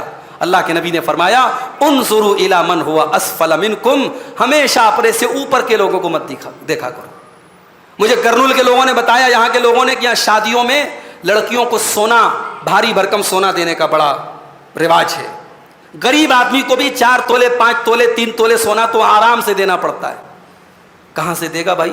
70,000 68,000 70,000 تولہ سونے کا ریٹ چل رہا ہے، 3 تولے مطلب 2 لاکھ روپے چاہیے۔ غریب آدمی روز کنواں کھود رہا ہے، روز پانی پی رہا ہے، کہاں سے 3 لاکھ روپیہ لائے گا؟ تو صاحب اب مکان بیچ کر کے، قرضے لے کر کے، بینکوں سے لون لے کر کے لوگ شادیاں کر رہے ہیں۔ میرے بھائیوں اللہ کے نبی نے فارمولہ ہمیں بتایا، اپنے سے اوپر کے لوگوں کو مت دیکھو۔ سوسائٹی میں یہ مزاج مت بناؤ کہ اس نے اپنی بیٹی کو 5 تولے سونے دیے تو ہم بھی دیں گے، یہ مزاج مت بناؤ میرے بھائیوں، یہ مزاج آپ کے سماج کو برباد کر ڈالے گا۔ اپنی ماں بہنوں سے کہنا چاہتا ہوں، اگر آپ کی بہن کا شوہر پیسے والا ہے اور اس نے آپ کی بہن کو اگر اس نے 5,000 کا سوٹ لا کے دیا ہے تو اپنے شوہر کا دل مت جلاؤ کہ میری بہن کا شوہر تو اس سے محبت کرتا ہے۔ ارے تجھے کیا پتا تیرا شوہر کتنی محنت سے پیسے کما کے لاتا ہے، وہ تیرے شوق کو پورا کرنے کے لیے اگر کسی سے قرضہ لے کر 5,000 کا سوٹ تجھے دلا بھی دے تو کل کئی مہینے اسے ایڈجسٹ کرنے میں اور اسے مینج کرنے میں گزر جائیں گے. میری بہنوں, زندگی میں شکر نام کی بھی کوئی چیز ہے. اپنے شوہر کے اوپر ترس کھاؤ اور اپنے حالات پہ ترس کھاؤ. کبھی اپنے سے نیچے کے لوگوں کو بھی دیکھو, ان غریبوں کے بارے میں سوچو جن کی 3-3 4-4 بیٹیاں ہیں, جو مجبور ہیں, ان کی شادی ان کے دماغوں پر ٹینشن کی طرح سوار ہے. تیرا شوہر اگر تجھے 2000 کا سوٹ لا کے دے رہا ہے تو تو شکوا کر رہی ہے مجھے 5000 والا کیوں نہیں مل رہا ہے. اور میری بہن کو اور میری جو ہے بھابھی کو اور میری نند کو اور میری دیورانی کو, میری جیٹھانی کو یہ مل گیا, مجھے کیوں نہیں ملا. ان جال سے باہر نکالو میرے بھائیو اپنے آپ کو. اللہ کے نبی فرماتے ہیں اپنے سے نیچے والوں کو دیکھو, اپنے سے اوپر والوں کو مت دیکھو. جب نیچے کے لوگوں کو دیکھو گے تو اللہ کا شکر ادا کرو گے. تو شکر کرنا بہت ضروری ہے میرے پیارے ساتھی. حضرت سلیمان کا واقعہ میں نے بیان کیا تھا 19ویں پارے کی تفسیر میں. سلیمان علیہ السلام اتنے بڑے پیغمبر, پرندوں کی بولی جانتے ہیں. چیوٹی, وہ جب چلتے ہیں چیوٹی اپنے لشکر, اپنے ساتھیوں سے کہتی ہے چیوٹی کہ سلیمان کا لشکر کہیں تم کو روت نہ دے, جلدی سے اپنے بل میں چلی جاؤ. تو سلیمان علیہ السلام یہ منظر دیکھ کر کے ایسا نہیں کہ ان کے دل میں تکبر کا احساس ہوتا ہے, وہ اللہ سے دعا کرتے ہیں رب اوزعنی ان اشکر نعمتک التی انعمت علی. اے اللہ یہ تو تیرا کرم ہے, تیرا انعام ہے, تو نے مجھے ان چھوٹے چھوٹے کیڑے مکوڑوں کی بھی بولی تو نے سننے کی صلاحیت دی ہے, ان کی بولی سمجھنے کی تو نے صلاحیت دی ہے. اے اللہ مجھے مرتے دم تک اسی حال میں قائم رکھ کہ میں تیری نعمتوں کا شکر ادا کرتا رہوں. 8ویں چیز میرے بھائیوں, شکر کا اپوزٹ ہوتا ہے صبر. جب آپ کو اللہ تعالیٰ کوئی نعمت دیتا ہے تو شکر کا امتحان ہوتا ہے, اور جب اللہ کوئی نعمت لے لیتا ہے تو صبر کا امتحان ہوتا ہے. اللہ نہ کرے کسی عورت کا بچہ مر جائے. بعض عورتیں جب بچہ مر جائے تو کیا بولتی ہیں؟ ظاہر ہے جب بچے کا انتقال ہوتا ہے سب سے زیادہ غم تو ماں کو ہی ہوگا نا. تو میں نے بعض اوقات دیکھا کہ بعض مائیں بڑے جذبات میں کیا کہتی ہیں, اللہ کو میرا ہی بیٹا لینا تھا, اللہ کو میرا ہی بیٹا لینا تھا, میری ہی گود اجارنی تھی. ایسا جملہ عورتیں بول دیتی ہیں. خبردار, صبر یہ ہے کہ آپ اپنی مصیبتوں پر انا للہ و انا الیہ راجعون پڑھیں. صبر یہ ہے کہ آپ کا بیٹا چلا گیا تو آپ یہ کہہ کر کے سر تسلیم خم کر دیں, اللہ بیٹا تو نے دیا تھا اور لینے والا بھی تو ہے, اللہ میں تیرے فیصلے پر راضی ہوں, میں تیرے فیصلے پر خوش ہوں. اللہ صبر اس کو کہتے ہیں میرے بھائی. ہمارے نبی نے ہم کو شکر کرنا بھی سکھایا اور صبر کرنا بھی سکھایا. جب اللہ کے نبی نے مکہ فتح کیا, 8 سال کے بعد آپ مکہ میں داخل ہو رہے ہیں اور آپ کے ساتھ 10,000 صحابہ کرام کی فوج ہے. آپ چاہتے ایک ایک سے بدلہ لے سکتے تھے, آپ چاہتے تو سینہ تان کے چل سکتے تھے, مگر حدیث کے الفاظ کیا ہیں؟ اللہ کے پیارے نبی سینہ تان کے نہیں, سینہ جھکا کے چل رہے ہیں اور نظریں آپ کی جھکی ہوئی ہیں اور آپ کی آنکھوں سے آنسو بہ رہے ہیں, اور آپ قرآن کی آیتیں پڑھتے ہوئے مکہ میں داخل ہو رہے ہیں. اذا جاء نصر اللہ والفتح ورأیت الناس يدخلون فی دین اللہ افواجا.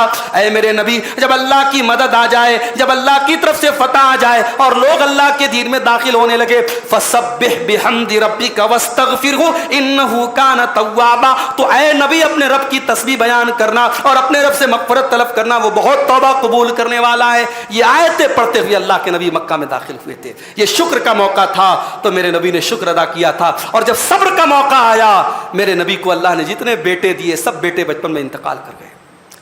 میرے نبی کو قاسم پیدا ہوئے بچپن میں انتقال کر گئے, عبداللہ پیدا ہوئے بچپن میں انتقال کر گئے.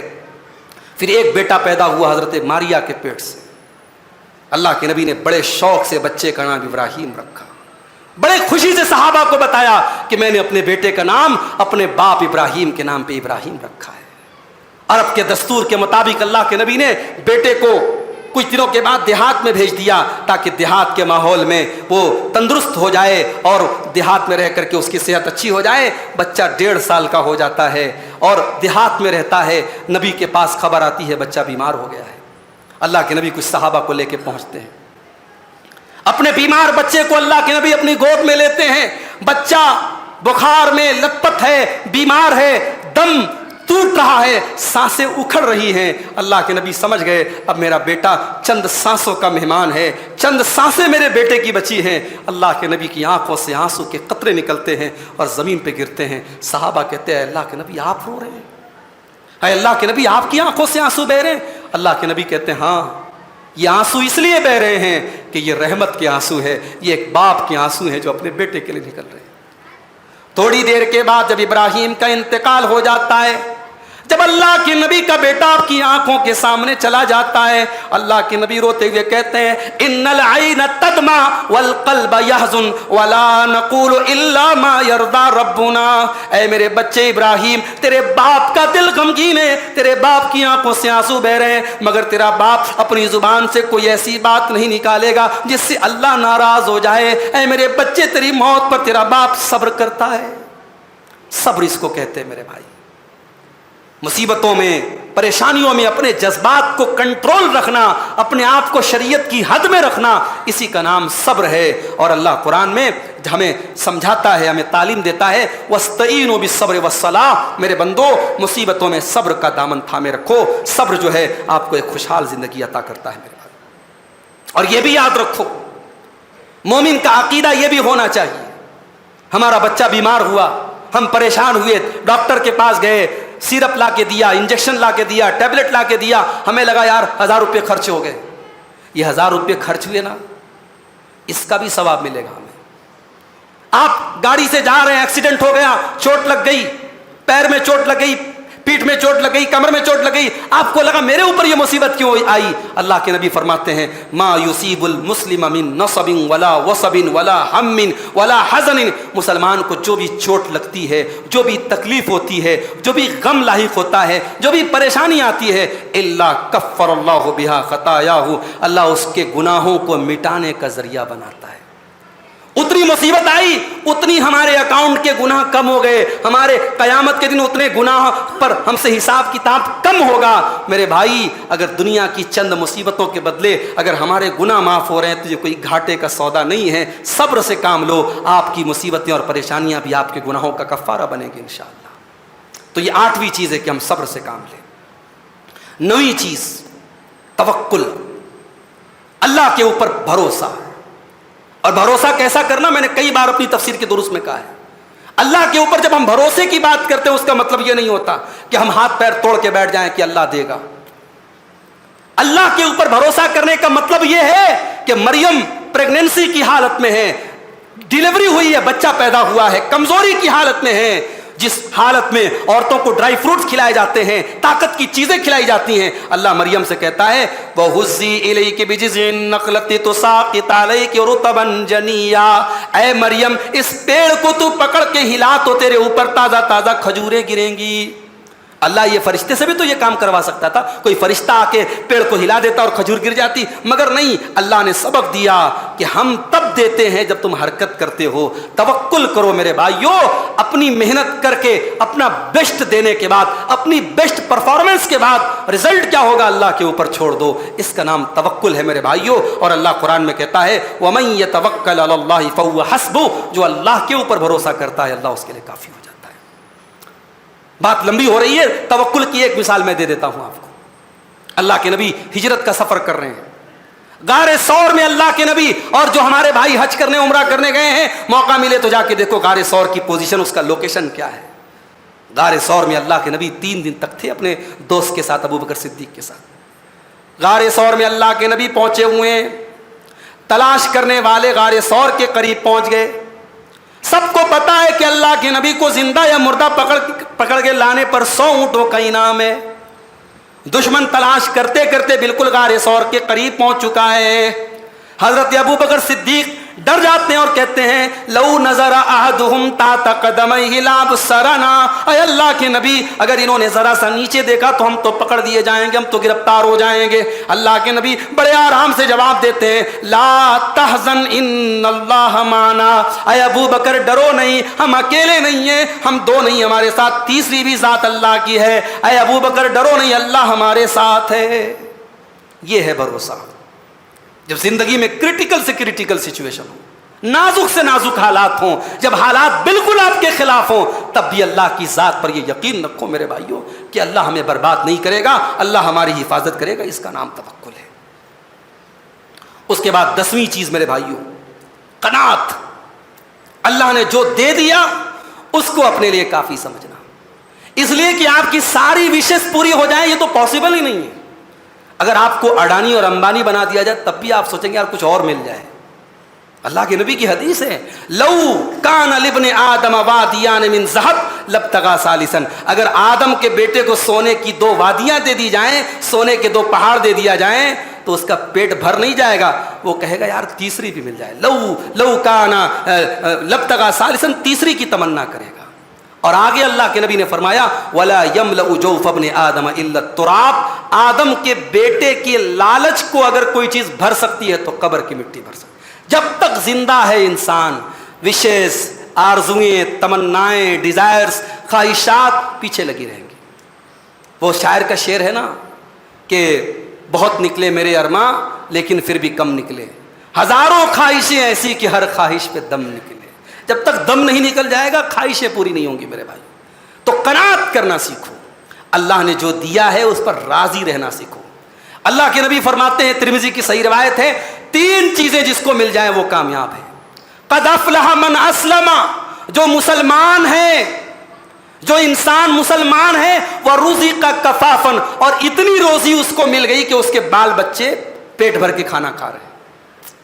پیٹ بھر کے کھانا کھا رہے ہیں, گوشت کھا رہے ہیں کہ بھاجی کھا رہے ہیں کہ سبزی کھا رہے ہیں, یہ نہیں بتایا اللہ کے نبی نے. اگر پیٹ بھر کے نارمل کھانا بھی آپ کھا رہے ہیں, آپ کے بچے سکون سے کھانا کھا رہے ہیں, اور آپ کے پاس اسلام کی دولت ہے, وَقَنَّعَهُ اللَّهُ بِمَا آتَا, اور اللہ نے جو دیا ہے اس پر آپ کو قناعت کی اگر اللہ نے توفیق دے دی, اللہ کے نبی فرماتے ہیں کہ آپ کامیاب ہیں.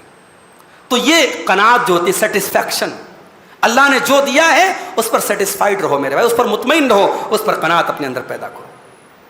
کورونا کے دور میں ہم نے دیکھا کیسے کیسے لوگوں کی موت ہوئی. اگر کورونا کے مشکل دور میں بھی آپ بچ گئے اور 1445 ہجری کا رمضان آپ کو ملا اور آج 21ویں رمضان کی طاق رات آپ صحت مند ہیں, اللہ کا شکر ادا کرو میرے بھائی. ورنہ کورونا کے دور میں ہم نے دیکھا ہے اور آج بھی دیکھتے ہیں, آج بیماری کی خبر آتی ہے, کل انتقال کی خبر آتی ہے. اگر آج اللہ نے آپ کو کسی بڑی ڈیسیز سے, بڑی بیماری سے بچا کے رکھا ہے, اللہ کا شکر ادا کرو میرے بھائی. اسی لیے اللہ کے نبی فرماتے ہیں من اصبح منکم آمنا فی سربہ معافا فی جسدہ عندہ قوت یومہ فکأنما حیزت لہ الدنیا. اللہ کے نبی فرماتے ہیں صلی اللہ علیہ وسلم, 3 چیزیں جس کو مل جائیں سمجھو پوری کائنات مل گئی. آمنا فی سربہ, اپنے گھر میں آرام سے ہو. وہاں فلسطین میں لوگ بیٹھے ہیں اور ڈرون کے حملے ہو رہے ہیں, ڈرون کے حملے ہو رہے ہیں, کب اسکول پر ہو جائے, کب ہاسپٹل پر ہو جائے, کب بچوں پر ہو جائے, کب بڑوں پر ہو جائے, کوئی بھروسہ نہیں میرے بھائی. لیکن آپ اپنے گھر میں آرام سے ہیں, چین سے. اللہ کے رسول فرما رہے ہیں جو انسان آرام سے اپنے گھر میں ہے, اندہ قوت یومہ, اور 24 گھنٹے کی خوراک کا انتظام ہے اس کے پاس. 24 گھنٹے سے آگے کا نہیں, صرف 24 گھنٹے کا انتظام ہے آپ کے پاس, اور آپ صحت مند ہیں, کوئی بڑی بیماری نہیں ہے. اللہ کے رسول فرماتے ہیں سمجھو کائنات کی ساری دولت آپ کو مل گئی. بہت ٹینشن کی زندگی مت گزارو میرے بھائی, آگے کیا ہوگا, آگے کا اللہ مالک ہے. اپنے بھوشیہ کے بارے میں سوچ کر کے, اپنے کل کے بارے میں سوچ کر کے اپنے آج کو برباد مت کرو, اپنے آج کو سکون کے ساتھ گزارو. آج بچوں کے ساتھ, بیوی کے ساتھ آرام اور سکون سے ہم جی رہے, کل کا اللہ مالک ہے. ہم سے بھی بہت زیادہ پریشانی میں دنیا میں لوگ زندگی گزار رہے ہیں. تو یہ ہے 10ویں چیز. اب 11 اور 12 سنا کے بعد ختم کرتا ہوں, وقت کافی لے لیا آپ کا میں نے. 11ویں چیز ہے میرے بھائیوں, اگر ایک پیسفل لائف گزارنا ہے, لوگوں کے ساتھ احسان کیا کرو, لوگوں کے کام آیا کرو. درد دل کے واسطے پیدا کیا انسان کو, ورنہ طاعت کے لیے کچھ کم نہ تھے کروبیاں. فرشتے کم نہیں تھے اللہ کی عبادت کرنے کے لیے. اللہ نے ہمیں انسان بنایا تاکہ ہم ایک دوسرے کے کام آئے میرے بھائی. کوئی مصیبت میں ہے, کوئی پریشانی میں, کام آؤ. دولت اگر آپ کے پاس ہے, دولت کے ذریعے کام آؤ. ڈاکٹر ہو, لوگوں کا علاج کر کے کام آؤ. اگر اللہ نے آپ کو سماج میں اسٹیٹس دیا ہے, لوگوں کی مصیبتوں میں ان کے کام آؤ. اللہ کے نبی فرماتے ہیں من نفس عن مؤمن کربتن, جو کسی مسلمان کی کوئی ایک تکلیف دور کرتا ہے, نفس اللہ عنہ کربۃ من کرب یوم القیامہ, اللہ قیامت کے دن کی تکلیفوں کو اس سے دور کرے گا. آج آپ اپنے کسی بھائی کے کام آئیں گے، کل قیامت کے دن اللہ آپ کے کام آئے گا. آج کسی مسلمان کے عیب پر پردہ ڈالیں گے، کل قیامت کے دن جب آپ کو پردے کی ضرورت ہوگی اللہ آپ کے گناہوں پر پردہ ڈالے گا. میرے پیارے ساتھیوں، لوگوں کے ساتھ حسن سلوک کرو، صلہ رحمی کرو، خدمت خلق کرو. نبی کی سیرت کا ایک چیپٹر یہ بھی ہے، نبی دوسروں کے کام آتے تھے، نبی بیواؤں کے، یتیموں کے، مسکینوں کے کام آتے تھے.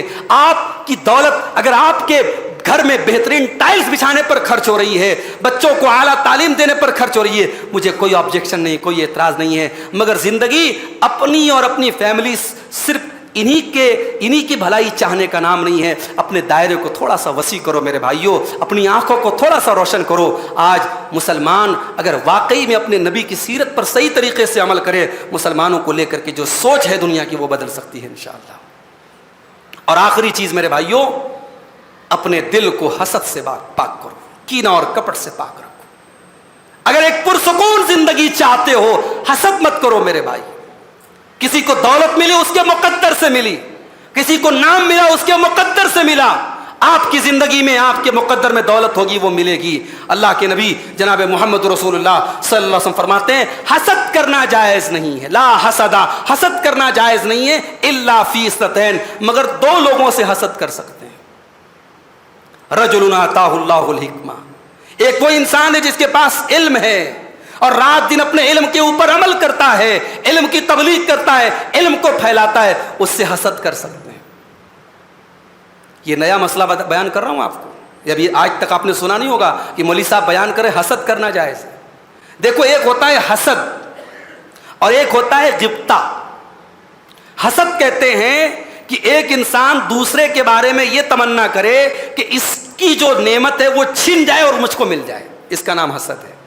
اور غبطہ کہتے ہیں کہ ایک انسان یہ تمنا کرے کہ اے اللہ اس کو ملی ہے مجھ کو بھی مل جائے. تو یہ ہے غبطہ اور یہ جائز ہے. مگر دو چیزوں میں غبطہ کرنا بڑا ثواب کا کام ہے اور دو چیزوں میں غبطہ کرنا چاہیے. دو چیزوں میں ایک دوسرے سے آگے بڑھنے کی طلب کرنی چاہیے. ایک تو وہ جس کے پاس علم ہے اور اپنے علم کا صحیح یوز کر رہا ہے، اس کو دیکھ کر کے آپ کے دل میں آرزو پیدا ہو کہ اللہ کاش مجھے بھی علم ملا ہوتا اور میں بھی تیرے علم کو پھیلاتا. اور دوسرا جس کو مال ملا ہو اور مال کو اللہ کی راہ میں دن اور رات خرچ کر رہا ہے، آپ کے دل میں یہ آرزو پیدا ہو جائے اللہ مجھے بھی مالدار بنا دے، میں بھی تیری راہ میں خرچ کروں. تو یہ دو لوگ ہیں جس سے غبطہ کرنا چاہیے. باقی حسد کسی سے بھی جائز نہیں، حسد کرنا حرام ہے. اور اللہ کے نبی فرماتے ہیں حسد آپ کے گناہوں کو، آپ کی نیکیوں کو کھا جاتا ہے. جیسے استرا جو ہوتا ہے بالوں کو مٹا دیتا ہے، ریموو کر دیتا ہے، ویسے ہی حسد انسان کی نیکیوں کو مٹا دیتا ہے. اور اسی لیے ایمان والوں کی ایک دعا اللہ نے قرآن میں سکھائی کہ ایمان والے دعا کرتے ہیں ربنا اغفر لنا ولاخواننا الذین سبقونا بالایمان، کہ اے اللہ ہم کو بھی بخش دے اور ہم سے پہلے جو ایمان لائے ان کو بھی بخش دے. ولا تجعل فی قلوبنا غلا للذین آمنوا، اور اے اللہ ہمارے دل میں ایمان والوں کے لیے کوئی حسد نہ ہو، کوئی جلن نہ ہو، کوئی کینہ نہ ہو، کوئی کپٹ نہ ہو. ایسا دل اللہ کو بہت پسند ہے. میرے بھائیوں، یہ 12 چیزیں میں نے آپ کے سامنے بیان کی. دعا کیجیے اللہ تعالیٰ یہ 12 چیزیں ہم سب کو اپنے اندر پیدا کرنے کی توفیق عطا فرمائے. ایک خوشحال زندگی اللہ تعالیٰ ہم سب کو عطا فرمائے. رب العالمین ہماری مصیبتوں اور پریشانیوں کو دور فرمائے. جو بیمار ہیں اللہ ان کو شفائے کامل عاجل عطا فرمائے. جو روزی روٹی سے پریشان ہیں اللہ ان کے کاروبار میں برکت نصیب فرمائے. اللہ رب العالمین ہماری آج کی تاخرات میں جو بھی عبادتیں ہم نے کی ہیں یا کریں گے، اللہ ہماری تمام عبادتوں کو قبول فرمائے. ہمارے جو بھائی اور بہن اعتکاف میں بیٹھے ہیں اللہ صحت و سلامتی کے ساتھ ان کو اپنا اعتکاف پورا کرنے کی توفیق عطا فرمائے. ہم نے اب تک جو تراویح پڑھی ہے، جو بھی روزے رکھے ہیں، تلاوت کی ہے، اللہ ہماری ٹوٹی پھوٹی عبادتوں کو اپنے فضل و کرم سے قبول فرما لے. رب العالمین ہمارے جان و مال کی، ہمارے عزت و آبرو کی حفاظت فرمائے. اللہ ہمارے مدرسوں کی، ہماری مسجدوں کی، ہمارے علماء کی، ہمارے دین کے تمام مراکز کی حفاظت فرمائے. اللہ ظالموں کے ظلم سے، شریروں کے شر سے ہم سب کی حفاظت فرمائے. اللہ ہماری صفوں میں اتحاد پیدا فرما دے. اللہ ہمارے دلوں میں اپنی توحید کی عظمت پیدا کر دے، اپنے نبی کی سچی محبت پیدا کر دے، اپنے نبی کے صحابہ کی اور اپنے نبی کے اہل بیت کی سچی محبت پیدا فرما دے. رب العالمین ہمیں ریاکاری سے بچائے، دکھاوے سے بچائے، لالچ سے بچائے، حسد سے بچائے. رب العالمین آج کی اس رات میں جو دعا تیرے نبی نے ہمیں سکھائی ہے ہم وہی دعا تجھ سے کرتے اللہم انکا عفو تحب العفو فاعف عنا، کہ اے اللہ تو معاف کرنے والا ہے، معافی کو پسند کرتا ہے، ہم کو بھی تو معاف فرما دے۔ اے اللہ قرآن کریم سے ہمارے تعلق کو مضبوط کر دے، ہم سب کو قرآن کریم کو غور سے پڑھنے کی، اس پر عمل کرنے کی ہم سب کو توفیق عطا فرما۔ اے اللہ ہمارے وہ بھائی جو دنیا کے کسی بھی خطے میں کسی بھی پریشانی میں ہیں، اے اللہ ان کی پریشانیوں کو دور فرما دے۔ اے اللہ فلسطین میں ہمارے مظلوم بھائیوں کی مدد فرما۔ اے اللہ ان کے خلاف پلاننگ کرنے والے اور ان کے خون کی ہولی کھیلنے والے اور ان پر ظلم کرنے والے ظالموں کو تو نیست و نابود کر دے۔ اے اللہ ہمارے ان بھائیوں کی دست غیب سے مدد فرما۔ اے اللہ وہ مجبور ہیں تو ان کا تعاون فرما، وہ بیمار ہیں ان کو شفا عطا فرما، وہ بھوکے ہیں ان کے کھانے کا انتظام فرما، وہ پیاسے ہیں ان کے پانی کا انتظام فرما۔ اے اللہ اس ماہ مبارک میں جس طریقے سے ہم عبادتوں کو سکون کے ساتھ ادا کر رہے ہیں، ہمارے فلسطین کے بھائیوں کو بھی عبادتوں کو سکون سے ادا کرنے کی توفیق عطا فرما۔ اور جن لوگوں کی سازشوں سے وہ آج ان پریشانیوں میں پڑے ہیں، اے اللہ ان مکاروں اور ان فریبیوں اور ان سازشیوں کی تمام سازشوں کو ناکام کر دے۔ اے اللہ حرمین کی حفاظت فرما۔ اے اللہ زندگی میں ہم سب کو کم از کم ایک بار اپنے پاک گھر کی زیارت کی توفیق نصیب فرما، اپنے نبی کے شہر کی زیارت کی توفیق نصیب فرما۔ رب العالمین ہمیں جو بھائی ہم میں سے حج اور عمرہ کا ارادہ رکھتے ہیں، اے اللہ ان کو اس کی توفیق دے دے، اتنی مالی طاقت دے دے، جسمانی طاقت دے دے کہ وہ یہ فریضہ بھی انجام دے سکیں۔ جن کے والدین اے اللہ باحیات ہیں ان کو اپنے والدین کی خدمت کرنے کی توفیق عطا فرما۔ جن کے والدین ایمان اور توحید پر دنیا سے گئے ہیں، اے اللہ ان کی مغفرت فرما دے۔ اے اللہ ہمیں اپنے والدین کی خدمت کرنے کی، ان کی قدر کرنے کی توفیق عطا فرما۔ ربنا تقبل منا انک انت السمیع العلیم وتب علینا انک انت التواب الرحیم، وصلی اللہ تعالی علی نبینا محمد وعلی آلہ وصحبہ اجمعین، والسلام علیکم ورحمۃ اللہ وبرکاتہ۔